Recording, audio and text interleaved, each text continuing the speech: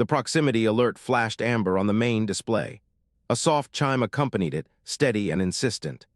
Captain Theodora Finch stood at the center of the bridge with her hands clasped behind her back.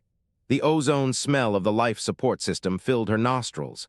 A familiar scent, one she had breathed for 30 years now. She touched her left earlobe and studied the screen. Lieutenant Elias Trent worked his console with methodical precision. His fingers moved across the controls in a rhythm that spoke of practice. Deep practice. The kind that came from years of doing the same task until it became muscle memory. He did not look up.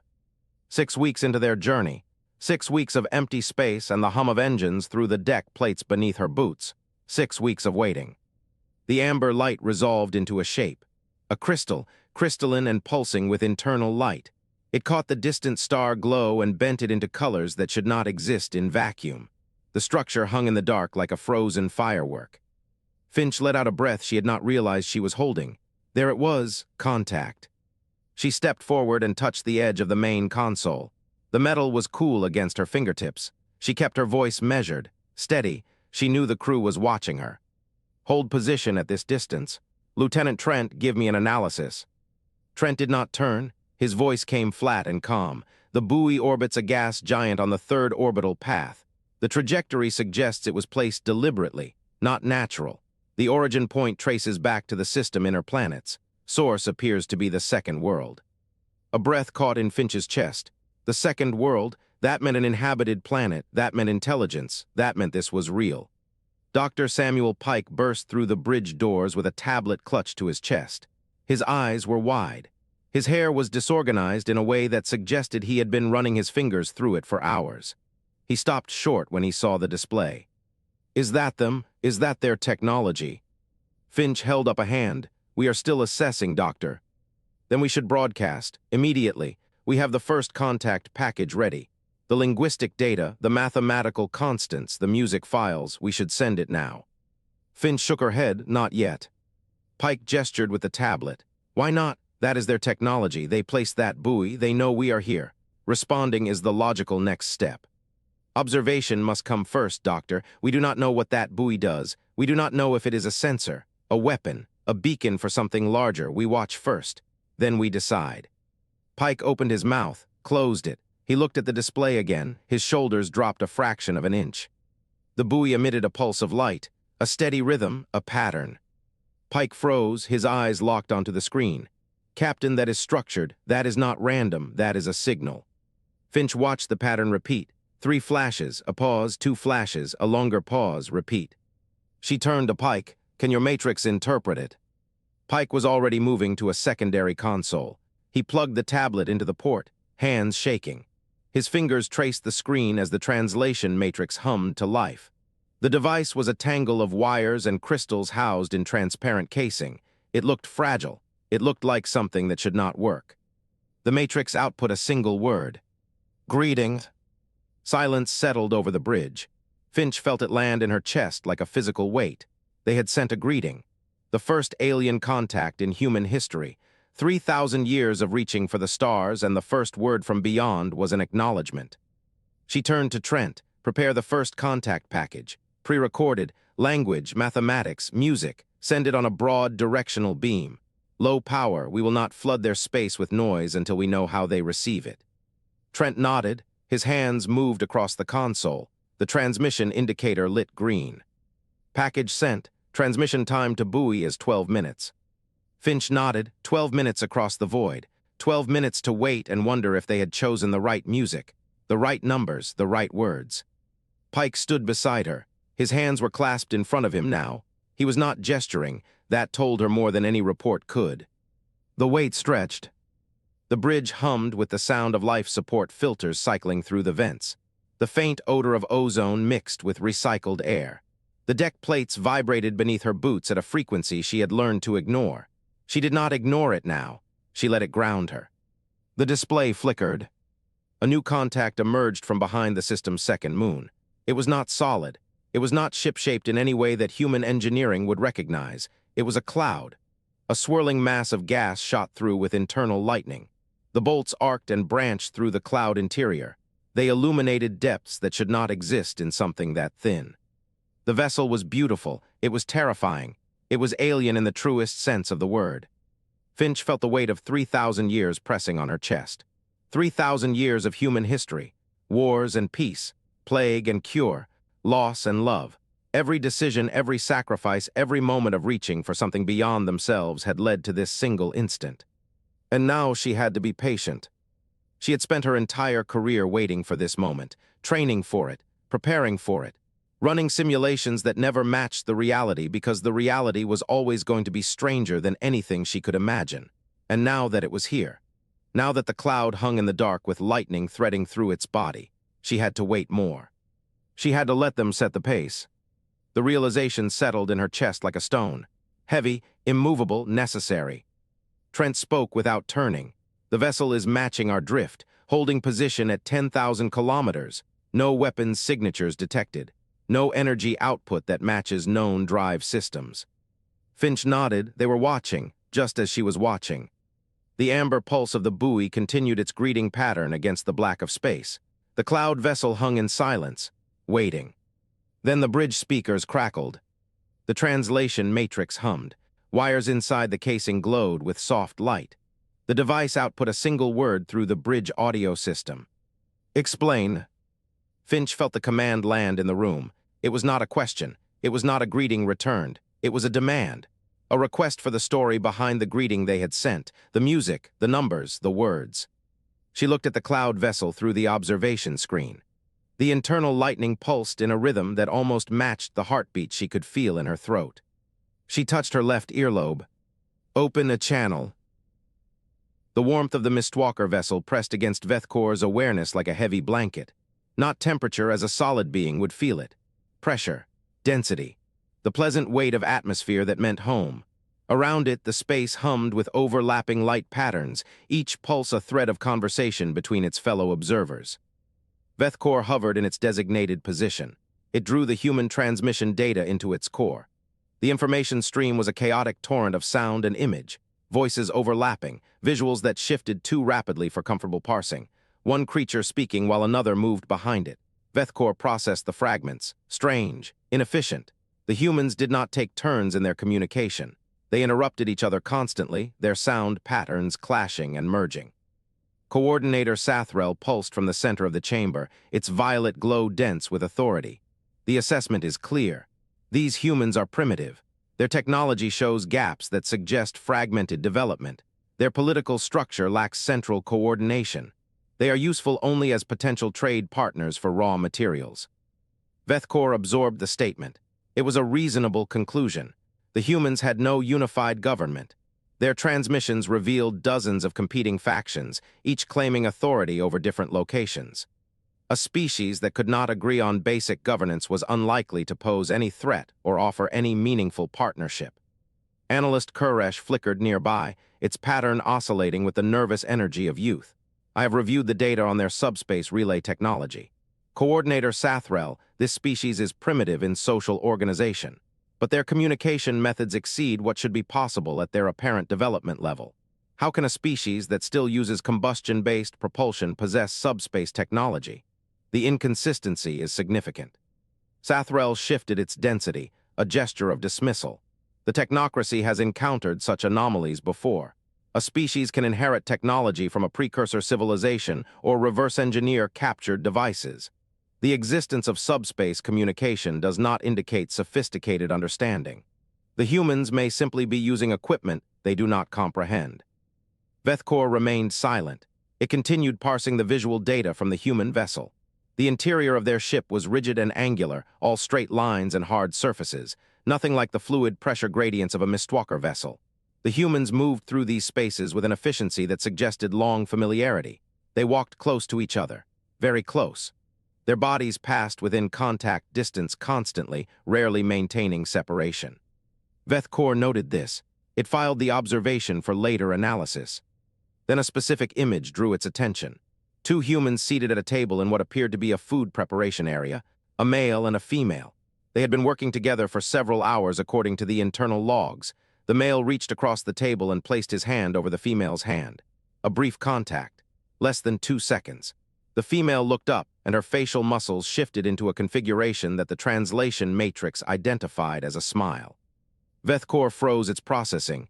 It isolated the image. It magnified the contact point between the two hands. The gesture had no obvious function.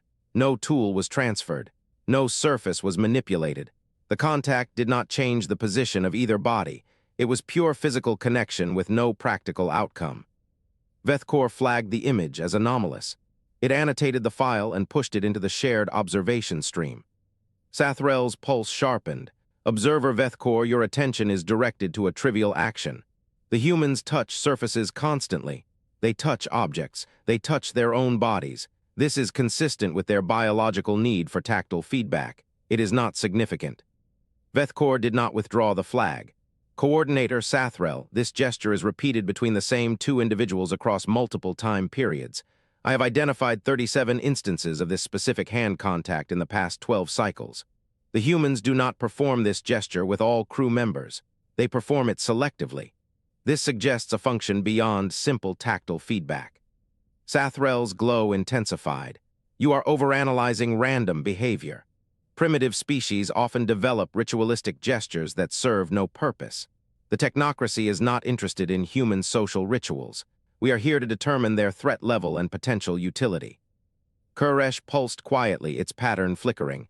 I have reviewed the contact instances. The gesture appears to correlate with positive emotional states according to the translation matrix. The humans smile. Their vocal patterns soften. Their body positions relax. The gesture may be a form of reassurance or bonding. Vethkor felt a shift in its internal pressure. Something was forming, a pattern that it could not quite resolve. The humans lived in constant proximity. They touched each other without apparent reason. They repeated specific gestures with specific individuals. They displayed signs of emotional change following these contacts. Individual humans sought the presence of other specific humans. They did not distribute their attention evenly across the crew. This was not random. But what was it? Social hierarchy? Some form of resource sharing? The translation matrix could convert their words, but it could not capture their meaning. Context was lost. Emotion was lost. Vethkor had the data, but it lacked the framework to interpret it. Sathrel dismissed the discussion. We will continue standard observation protocols. Observer Vethkor, focus your attention on their technical capabilities. Document their energy output, their propulsion efficiency, their defensive systems. These are the metrics that matter. Analyst Kuresh, prepare a preliminary report for transmission to the Technocracy Council. Vethkor acknowledged the instruction, but it did not close the anomalous file. It kept the image of the two hands touching at the edge of its awareness, a pressure point that would not resolve. The pattern was incomplete. The Mistwalkers understood patterns. It was their fundamental way of knowing. Every system could be mapped, every behavior categorized, every outcome predicted if enough data was gathered. Sathrel believed the humans were a simple pattern, primitive species with advanced hand-me-down technology. Vethkor had believed the same thing. Now it was not certain. It reviewed the hand contact image again, the male's fingers resting over the female's, the slight curl of her fingers in response, the way their shoulders dropped simultaneously as if releasing tension. The moment lasted less than 2 seconds. There was no sound, no exchange of resources, no change in their physical position relative to the table. But something had passed between them, some information that the translation matrix could not capture, some meaning that existed entirely outside the verbal or visual spectrum. Vethkor made a decision. It did not announce it to Sathrel. It did not share it with Kuresh. It accessed the human ship's internal data network through the translation link. The system was primitive but functional. It located the personal logs. Individual crew members recorded their thoughts in audio files, private, unshared. Vethkor selected a log, the female, the one who had received the hand contact. It opened the file and began parsing the recorded voice. The sound was strange, organic and imprecise. The human words carried emotional weight that the translation matrix flattened into data. Day 47. I'm starting to really miss my mom's cooking. Can you believe that? 3 decades of spaceflight and the thing that gets me is my mother's casserole recipe. Vethkor did not understand the words, but it understood the tone, the rise and fall of the voice, the pauses, the breath signals between phrases, the quality of sound that suggested warmth. It was the same quality that appeared in the female's voice during the hand contact. Vethkor felt the pressure shift again, stronger this time. The incomplete pattern was gathering mass.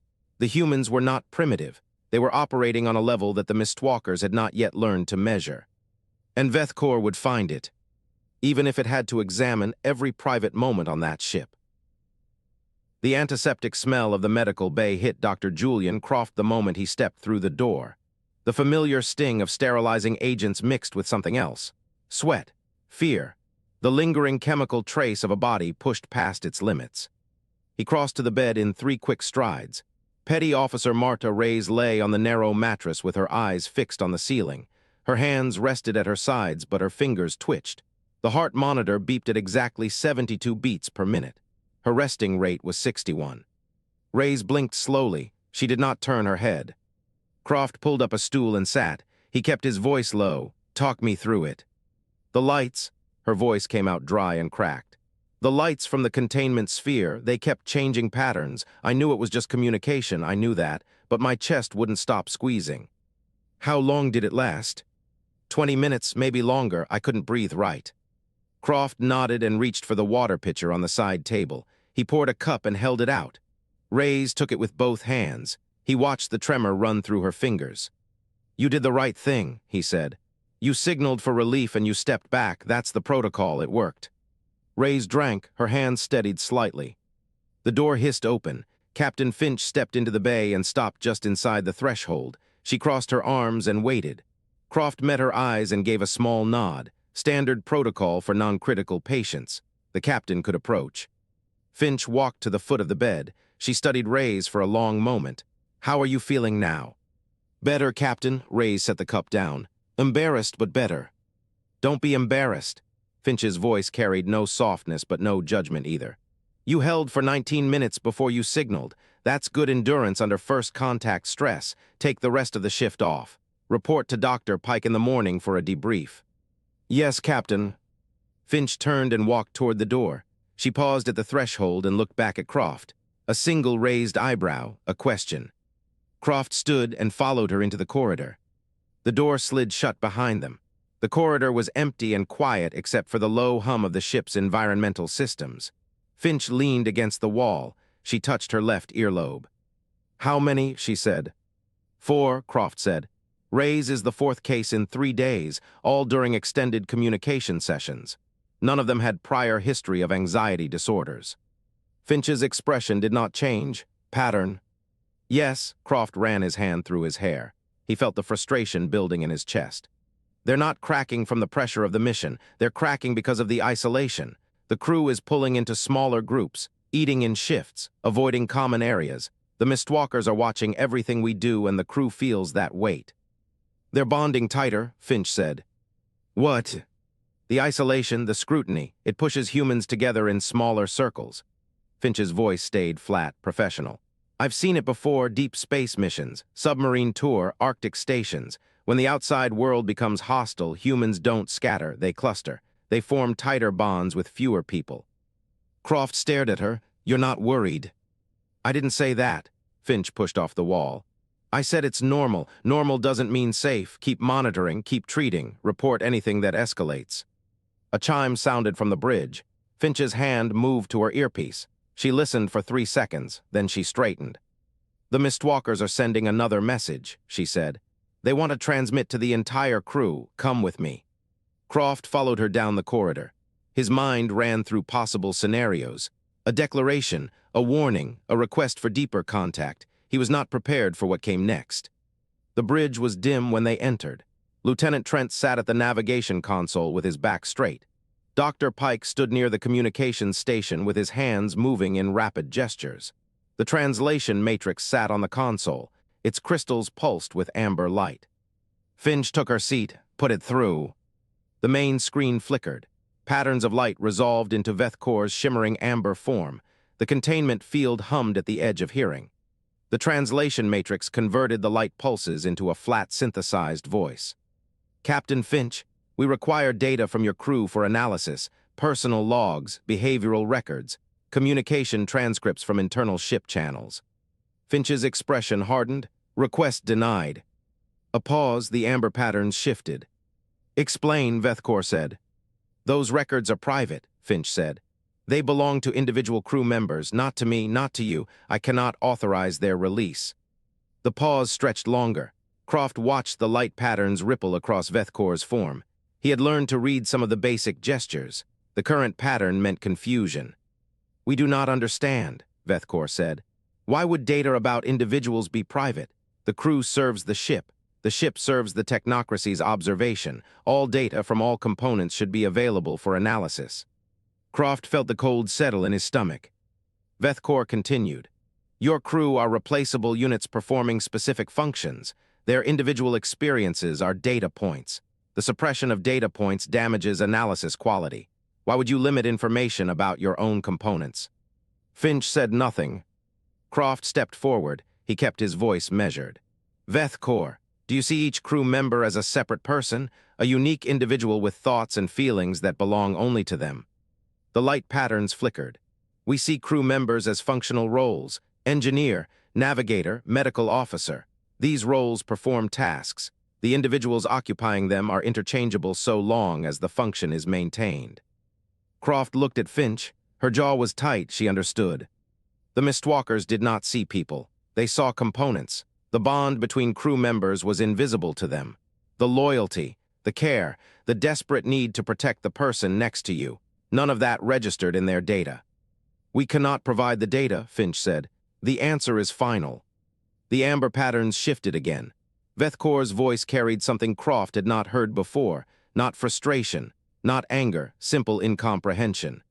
"We will revisit this request when you have had time to reconsider," Vethkor said. "The technocracy requires complete data for accurate assessment." The screen went dark. Pike exhaled slowly. "They don't understand. They literally cannot process the concept of personal privacy."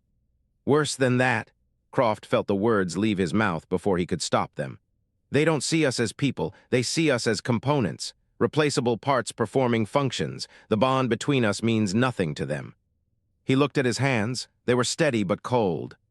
"How do you explain love to a species that has never experienced it?" The bridge fell silent. A new alert chimed from Trent's console. The navigator turned with a sharp motion. His voice cut through the quiet. "Captain, a second Mistwalker vessel just entered the system, larger than the first. It's moving on an intercept course with the buoy." Finch straightened. "Open a channel." The screen flickered back to life. But the pattern that appeared was not Vethkor's amber. It was dense violet, coordinated, precise. The voice that came through the matrix carried something cold and final. "Captain Finch, I am Coordinator Sathrel. The technocracy has completed preliminary evaluation of humanity." A pause. "Your species is inefficient. Your social structures are redundant. Your resource allocation is wasteful. We intend to optimize the relationship by removing what we perceive as weaknesses." Finch's hand moved toward the emergency comm. "Define weaknesses." The violet pulses flattened into a single unbroken line. "The weaknesses are the individuals."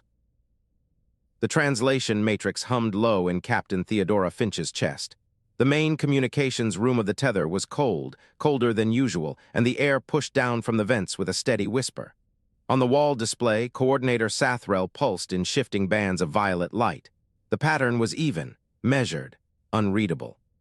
Dr. Samuel Pike stood beside Finch, his hands tracing nervous shapes in the air.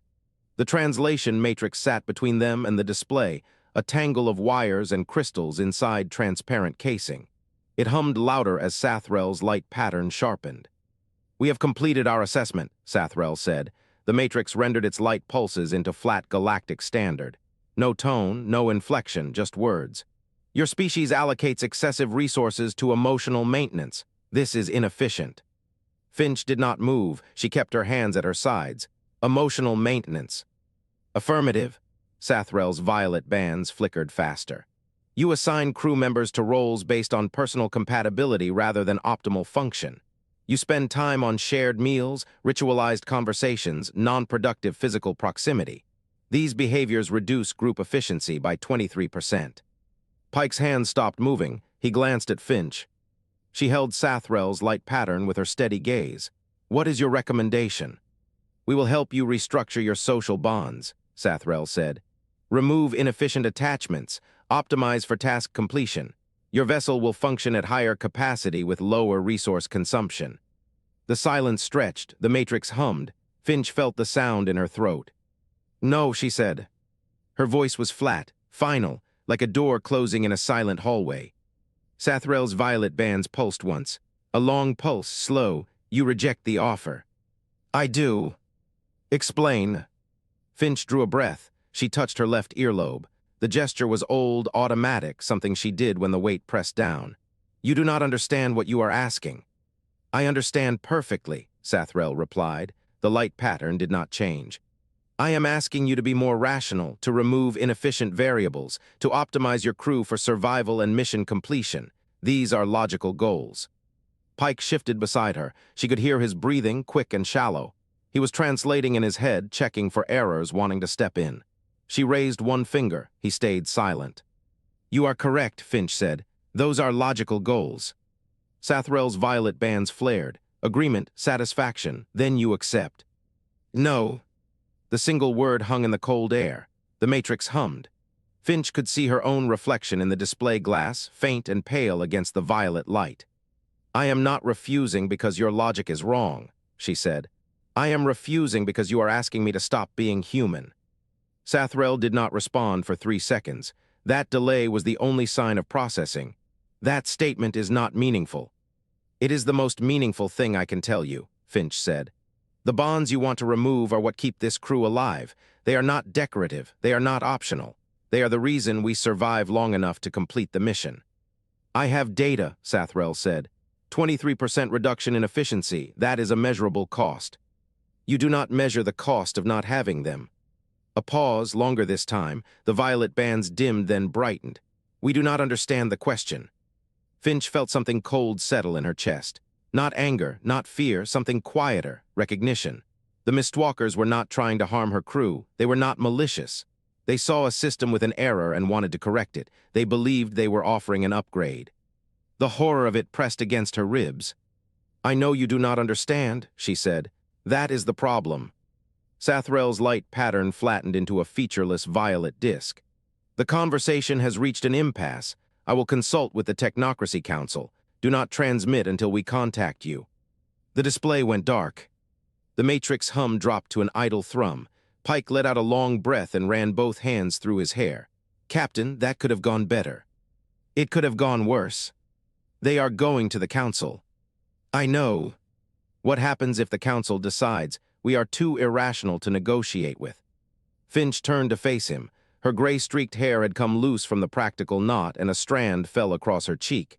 She did not push it back. Then we find out what happens. The air in the room settled. The cold from the vents pressed against her neck. She was about to leave when she noticed the display glass still held a faint shimmer. Amber, not violet. Observer Vethkor remained. A containment sphere drifted into view on the display. The floating orb of energy hummed at a frequency that resonated in her teeth. Inside it, a shimmering cloud of amber gas turned and coiled. The pattern was slower than Sathrel's, less structured, softer. Vethkor was studying her. Finch met its gaze. There was no face to meet. No eyes, just amber light moving through the containment field like smoke caught in a slow wind. But she felt something in its stillness, something that was not cold analysis. Observer, she said. Vethkor's containment sphere pulsed once. A greeting. The translation matrix rendered it as a single word. Captain. Do you have something to add? The amber gas shifted. The containment sphere rotated a fraction. A pause that felt alive, not the dead silence of Sathrel's processing, something slower, more careful. No, Vethkor said. I am observing. Finch studied the amber light. She thought of the 2 crew members she had seen in the corridor that morning. Rays, she did not know the other.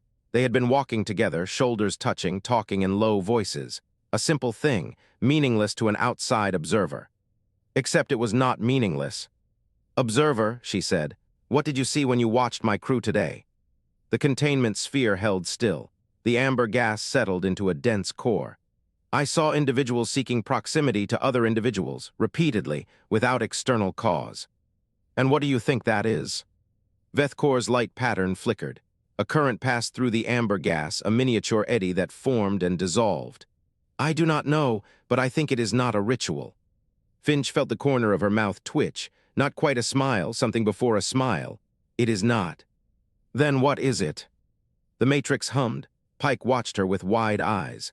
The cold air pushed against her skin. She looked at the amber light and saw something she had not expected to see. Curiosity. Real, raw, open curiosity. A mind trying to reach across the chasm. It is love, she said. The containment sphere pulsed. The translation matrix produced no equivalent word, just the ship's hum filling the silence. Vethkor did not respond. But the amber light shifted. The pattern rearranged itself into something Finch had never seen before. Not confusion, not dismissal, something closer to wonder. The display went dark. She stood alone in the cold room with Pike and the hum of the Matrix and the weight of the conversation pressing down on her chest. She knew there would be consequences. She knew the council would decide. The ship's intercom crackled. Lieutenant Elias Trent's voice came through, tight and controlled. Captain, we have a new contact, second Mistwalker vessel, moving into formation with the first.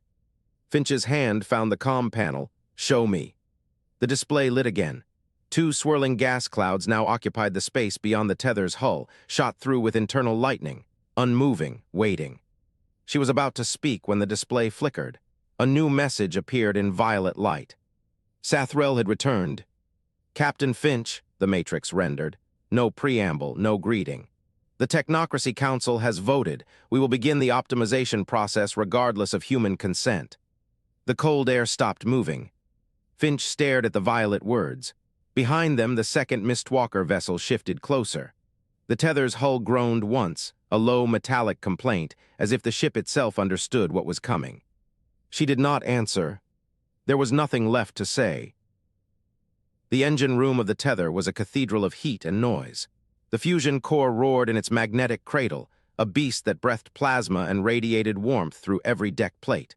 Warning lights painted the space in pulsing red. Hartwell stood at the main console, her knuckles white against the edge of the panel. The ship was fighting her. She had felt it first as a tremor in the deck, a hesitation in the hum that had been constant for 3 decades. Then the navigation system blinked offline. Then the primary comms array began cycling through frequencies on its own. Someone was inside the Tether's brain. Hartwell slammed her palm against the emergency isolation switch. The main computer disconnected from the external relay network. The red lights did not stop. She barked over her shoulder at the engineering team. 3 of them huddled at the backup terminal, faces lit by cascading error messages. The Mistwalkers had already found a secondary path into the ship's core systems. They wormed through the life support controls, the gravity stabilizers, the power distribution nodes. Trent stood at the entrance to the engine room with his sidearm drawn. He held it low, pointed at the deck, but his eyes were scanning the air itself, searching for something solid to aim at. Hartwell did not look at him. She did not have time. The gravity field wavered. She felt her stomach drop as the deck tilted. The warning light swung sideways. She grabbed the console edge and held on. Behind her, a tool locker tore free from its mounts and crashed against the far wall. Someone shouted. The sound cut off as the gravity returned hard, slamming everyone against the floor. Hartwell pushed herself up. Her knees ached. Her ears rang. She reached for the manual override panel on the wall beside her and wrenched it open. The conduits inside glowed orange. The heat hit her face like a wall. She did not hesitate. She grabbed the first junction and pulled. The cable came free in her hand. Sparks showered her forearm. She tasted copper and ozone. Another cable. Another. She worked by touch and instinct, tracing the power lines with her fingers, remembering the schematics she had memorized 20 years ago. The ship had been built by human hands. It would be defended by them. Trent moved closer. His voice was low. They are not trying to kill us. Hartwell did not stop working. Explain that to my hands. Listen to me. He stepped into her peripheral vision, weapon still raised. The life support fluctuations, the gravity shifts. They could have vented the atmosphere. They could have overloaded the core. They are hurting us. She paused. Her burned fingers hovered over the next junction. He was right. The Mistwalkers were not attacking. They were pressuring. They wanted the crew to break, to surrender, to hand control back to the ship's compromised systems and let the aliens finish their takeover. They wanted submission, not death. Hartwell let out a breath that tasted like smoke. She looked at the array of cables in front of her. She could keep fighting this battle. She could reroute power manually until her hands were nothing but scar tissue. And the Mistwalkers would find another way in. They always did. She needed a different weapon. The external comms array still had power. The Mistwalkers were using it as a vector, but it was also a door that opened both ways. She turned to her team. Her voice was hoarse. I need every piece of storage media on the ship, every personal file, every backup, everything. The engineering team stared at her. Now, they moved. One of them grabbed a portable drive from the console. Another ripped open a panel and pulled out the ship's media archive, a black box that held 3 decades of logs and records. A third ran for the crew quarters without waiting for orders. Hartwell pulled herself to the main console. Her hands left smears of blood on the controls. She began flooding the external comms array with everything she had. Music, decades of it, classical, rock, jazz, the stuff the crew played in the mess hall during off hours. Films, old ones, new ones, documentaries, cartoons. The ridiculous romantic comedies that Reyes watched when she could not sleep. Personal messages, recordings from families back home, birthday greetings, wedding announcements, the sound of a child laughing. She poured it all into the signal, a fire hose of human experience aimed directly at the Mistwalker vessels. The ship went silent. The gravity stopped fluctuating. The warning lights held steady. The life support systems continued their normal cycle without interference. Hartwell slumped against the bulkhead. Her hands were shaking. The blisters on her palms had broken open. She could feel the heat still radiating from the exposed conduits, but it was distant now, muffled by exhaustion. Trent lowered his weapon. He looked at her. She looked back. They had just bet the entire ship on the idea that the Mistwalkers would stop to look. That curiosity would overcome calculation. That the same impulse that drove a species to send probes into the unknown would make them pause in the middle of a takeover to stare at a video of a child's birthday party. It was not a tactical decision. It was a leap of faith, a hope that the aliens had something in common with humanity, not intelligence, not logic, the raw desire to understand what they were seeing. Hartwell closed her eyes. The red warning light still painted the inside of her eyelids. The engine room hummed its normal hum. The fusion core roared its normal roar. The silence from the Mistwalker vessels stretched into hours. 3 hours. Trent did not leave his post. The engineering team did not speak. Hartwell sat on the deck with her back against the bulkhead and let the vibration of the ship travel through her spine. The translation matrix crackled to life. Hartwell opened her eyes. Observer Vethkor's voice came through the speakers. It sounded different, slower, more deliberate. The translation matrix rendered the words with a hesitation that had not been there before. What is a lullaby? The data storm surrounded Vethkor. Light cascaded through the chamber in patterns no Mistwalker had ever generated. Human art poured through the luminary web converted into frequency and wavelength. The containment field hummed with the strain of holding so much compressed information. Vethkor floated at the center of the storm. It did not move. 3 hours. It had been absorbing for 3 hours. The first hour had been chaos. Human music was a jumble of structured noise that followed no logical pattern. Their visual art broke every principle of efficient communication. Shapes and colors arranged for no purpose except to trigger responses in the viewer. Inefficient, wasteful. The analyst in Vethkor had nearly dismissed the entire dataset. Then it found the lullabies. The second hour changed everything. Vethkor processed the pattern slowly, adult human-producing sound in a specific rhythm. The rhythm matched the heartbeat of an infant. The words had no informational content. They were repetitive, simple. The adult did not seek to convey data. The adult sought to calm, to soothe, to bond. The realization struck Vethkor like a pressure wave. Songs for offspring, songs that served no function except to create connection between parent and child. Vethkor replayed the pattern 12 times. Each repetition revealed more. The human voice changed slightly with each verse, not to correct information but to express variation. Individuality. The song was never the same twice, yet it remained the same song. The concept of doing something without practical purpose for the sake of emotional comfort settled into Vethkor's cognition like sediment in still water. It could not process it away. The data refused to resolve into a clean analytical conclusion. A condensation of violet light entered the chamber. Sathrel. Its light patterns flattened into disapproval before it spoke. The containment sphere at the center of its form pulsed with authority. Observer Vethkor, you have exceeded your data allocation for this research period. Vethkor did not turn from the data storm. It spoke through pressure shifts. I have not completed analysis. The data is irrelevant to the technocracy mission. Sathrel's patterns sharpened. You were tasked with observing human behavior, not absorbing their entertainment. This is not entertainment. Vethkor finally rotated to face the coordinator. This is their operating system. A pause, the air between them thickened. Explain. Vethkor gestured with a current of amber gas toward the nearest projection. A human family gathered around a table.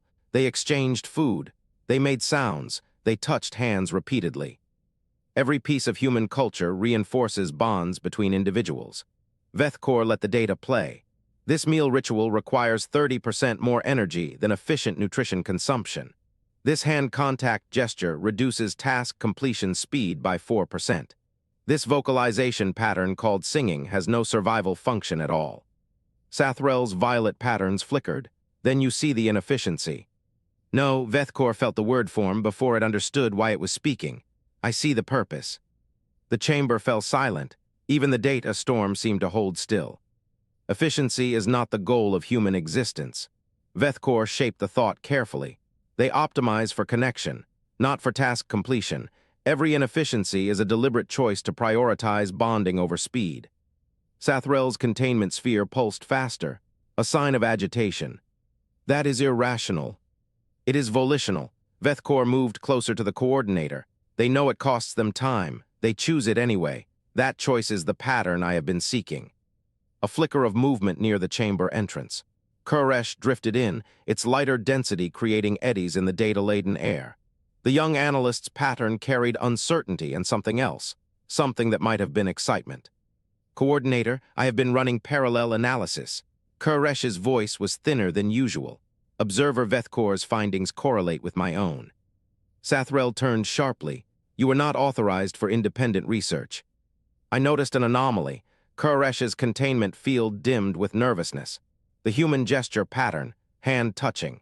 It correlates with reduced stress markers in 93% of observed cases. The emotional state it produces is measurable even across species. Vethkor felt something expand in its awareness. It was not alone in this. The humans are not efficient because they refuse to be. Vethkor spoke with a clarity it had never achieved before. Their strength comes from their willingness to sacrifice efficiency for connection. They are slower because they choose to be slower, and that choice makes them survive situations that should destroy them. Sathrel was silent for a long moment. Its light patterns cycled through colors Vethkor had never seen the coordinator use. You are proposing that the technocracy's entire analytical framework is incorrect. I am proposing that we are measuring the wrong variable. The words hung in the pressurized air.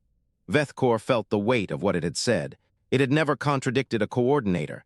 It had never asserted an independent conclusion over a superior's judgment. This was not how Mistwalker society functioned. But the data was the data. Sathrel's pattern hardened into something cold and rigid. I will report this to the council. Your research privileges are suspended until further review. With a pulse of violet light, the coordinator withdrew from the chamber. The containment field barely rippled as Sathrel departed. Silence, Vethkor and Koresh floated in the storm of human data. Observer Vethkor, Koresh's voice was barely a whisper of pressure. What you proposed, do you believe it? Vethkor considered the question. It had never been asked what it believed.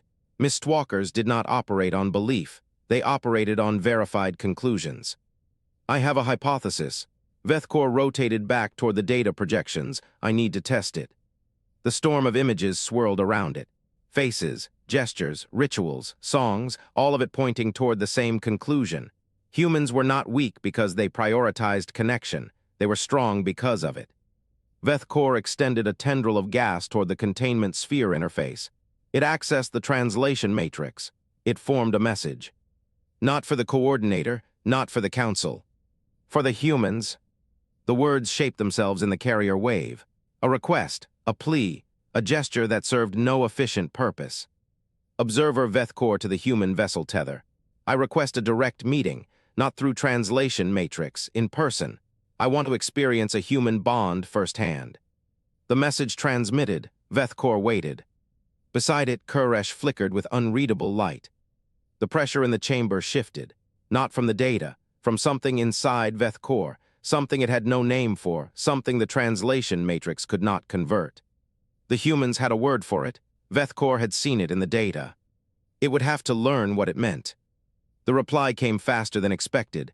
A single word, simple, repetitive, irrational. Yes. The air in the main airlock was cold enough to raise goosebumps on Theodora Finch's arms. The containment sphere dominated the center of the space, a floating orb of captured energy that hummed at the edge of hearing. Behind her, the crew of the Tether had gathered in a loose semicircle. Dr. Croft stood with his medical kit at his feet, his hands clasped behind his back. Hartwell leaned against the bulkhead, her bandaged arms crossed. Pike had his translation matrix clutched against his chest like a child holding a toy. Trent stood perfectly still, his eyes fixed on the sphere. The containment sphere flared. Amber light swirled inside it, coalescing into a denser form. The light pulsed once, then twice, then settled into a slow rotation. Vethkor was here. Finch stepped forward. She had reviewed the protocols a dozen times. She had rehearsed the words. None of them felt adequate for this moment. She spoke anyway. I am Captain Theodora Finch of the human vessel Tether. Welcome aboard. The translation matrix hummed. Pike adjusted a dial, and the device converted her words into a pattern of light pulses that flickered across the containment sphere. The amber glow within the sphere dimmed. Finch stared at it. The dimming was a gesture. She recognized it from the recordings she had watched. In human media, a lowering of the head meant respect. Vethkor had learned that. It had studied them enough to know what respect looked like in their terms. She felt something catch in her throat. She swallowed it. The containment sphere drifted forward. It stopped at the threshold of the airlock, its surface rippling as Vethkor adjusted to the pressure and temperature of the ship. Finch noted the containment sphere had been designed to allow the Mistwalker to interact with solid matter. A shimmering field of energy surrounded the sphere, and through it she could see the faint outline of something that was not quite smoke and not quite light. Pike stepped forward, his voice trembling with excitement. The translator is calibrated for the atmosphere. We can speak normally. Vethkor will hear us through the containment field and respond through light pulses, or we can use the matrix if that is easier. The amber glow intensified briefly, then settled. A series of pulses came from the sphere. Pike glanced at his device and read aloud. Vethkor says it prefers the direct method. It finds the light pulses more precise. Hartwell snorted from the bulkhead. Precise, that is one word for it. Finch shot her a warning look. Hartwell fell silent, but her eyes remained fixed on the sphere with a wary intensity. The containment sphere drifted further into the airlock. It stopped at the center of the room, turning slowly as if to scan the gathered crew. Finch saw Trent's hand twitch toward his side, but he did not reach for his weapon. She nodded at him, a small gesture. He relaxed slightly. Vethkor spoke again. The light pulses came faster this time. Pike translated. Vethkor requests to witness a bonding ritual. It has studied the recordings, but it wishes to see the process in person. Finch felt the weight of the request. A bonding ritual. Vethkor meant a shared meal, a gathering, the act of humans sitting together, eating together, talking together. That was what it had fixated on, the inefficient act of connection. She looked back at her crew. Hartwell was frowning. Croft had his head tilted in thought. Pike was practically vibrating with anticipation. Trent's expression had not changed, but he had shifted his stance slightly. He was ready. Finch made a decision. Follow me. She led them out of the airlock and down the corridor toward the mess hall. The containment sphere drifted behind her, its amber glow casting strange shadows on the walls. The ship hummed around her, the familiar vibration of the tether a comfort against the unknown presence at her back. The mess hall was small and utilitarian. A long table dominated the center, bolted to the floor. A food dispenser sat against one wall. The lights were warm, domestic, a stark contrast to the cold, clinical airlock. Finch gestured for the crew to take their seats. She sat at the head of the table. Hartwell dropped into the chair beside her, her bandaged hands resting on the table. Croft took the seat across from Finch, his medical kit placed at his feet. Pike hovered for a moment before settling onto a bench, his translation matrix still clutched in his hands. Trent remained standing, his back against the wall near the door, silent, watching. The containment sphere drifted to the end of the table opposite Finch. It hovered there, rotating slowly. Finch activated the food dispenser. It hummed and produced a series of trays. She set them on the table, simple food, rice, vegetables, a protein source. The smell filled the room, warm and familiar. She picked up her utensils. The crew followed suit. They began to eat. The silence stretched. The only sounds were the clink of utensils against trays and the soft hum of the ship. Vethkor drifted closer. The light pulses came from the sphere and Pike translated in a low voice. What is happening now? Finch paused, a forkful of rice halfway to her mouth. We are eating. That is the ritual. The light pulses came again. Pike hesitated before translating. But you are not speaking. The recordings showed speaking. Hartwell laughed, a short, sharp sound. We are eating. What do you want us to do? Recite poetry. Vethkor's light pulses quickened. Pike read them with a frown. It says yes. It says it would like to observe a conversation during the meal. Finch set down her fork. She looked around the table. Hartwell was watching her. Croft had stopped eating. Pike looked eager. Trent had not moved. She spoke to the containment sphere. Tell us about what you found in the data storm. The sphere pulsed. Pike translated. It says it found a song, a lullaby. It says the song had no informational content. It was designed only to calm. It does not understand why that is efficient. Croft spoke, his voice thoughtful. It is not about efficiency. It is about signaling safety. The parent tells the child that the environment is safe enough to sleep. The bond is reinforced through the act. Vethkor pulsed again, but the child is already safe. The parent does not need to signal it. Hartwell snorted again. You have never met a human child. They need to be told, repeatedly, even when they know. Finch watched the sphere. The amber glow dimmed slightly. She noted that dimming again, Vethkor was thinking. The light pulses came slower. Pike translated with a note of uncertainty in his voice. Vethkor says it understands the function intellectually. It can map the neural pathways. It can model the behavioral patterns, but it cannot feel the bond. The room fell silent. Finch looked at the containment sphere. She looked at her crew, these people she had lived with for years, these people she trusted with her life, these people she had argued with and laughed with and bled with. She did not need to understand the bond intellectually. She felt it. She spoke to the sphere. That is not a failure. Even humans do not fully understand each other. We constantly misinterpret each other. We argue, we misunderstand. But we keep trying, that is the bond. The containment sphere pulsed once. The light was soft. Pike translated. Vethkor says it is trying. Finch nodded, I know. She picked up her fork. She resumed eating. The crew followed. A soft chime sounded from the bridge. Trent moved first, his hand going to the comm panel on the wall. He listened for a moment, then turned to Finch. Incoming message from the Mistwalker Technocracy Council. It is addressed to you and the observer. Finch felt her heart rate climb. She stood. The containment sphere drifted to follow her. She walked to the bridge, the sphere hovering at her shoulder. The crew followed. They gathered at the main console as the message resolved into a pattern of light pulses. Pike translated as he read. The Technocracy Council has reviewed Observer Vethkor's findings. They have concluded that humanity is too complex to optimize. The attempts to restructure your social bonds will cease. Finch released a breath she had not realized she was holding. The message continued. Pike read faster. The Council has agreed to a truce. They will not interfere with human internal structures. They will instead observe. They will study. They will learn.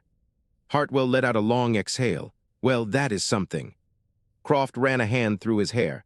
A truce, not an alliance, but a truce. Pike finished reading. There is more. Captain Finch, the Council requests that Observer Vethkor remain aboard your vessel to continue its study. It says the Observer has made progress. It says the Observer is changing. Finch looked at the containment sphere. The amber glow was steady, soft, patient. She spoke to the sphere. Is that what you want? The light pulses came slowly. Pike translated with a tremor in his voice. Vethkor says yes. It says it wants to continue the study. It says it is not done learning. Finch stood in the center of her bridge, her crew around her, an alien presence at her side. The weight of the moment pressed down on her. She touched her left earlobe. She thought about the Mistwalkers, their perfect logic, their cold efficiency. And she thought about the crack that had appeared in that logic, a crack made by a lullaby, a song with no informational content, a song designed only to calm. She spoke to the sphere. You are welcome aboard the Tether for as long as you need. The containment sphere flared briefly. A pulse of light, a single word. Pike read it in a whisper, gratitude. Finch turned to the main viewport. The stars stretched out before her. The Tether hummed around her. Somewhere in the distance, Mistwalker space waited. The ship began its long journey home. It carried a passenger, a containment sphere with a curious Mistwalker inside. And somewhere in the heart of Mistwalker space, other young analysts were beginning to question the technocracy assumptions. The first crack had appeared in the perfect logic of the Mistwalkers, and it was made by a lullaby.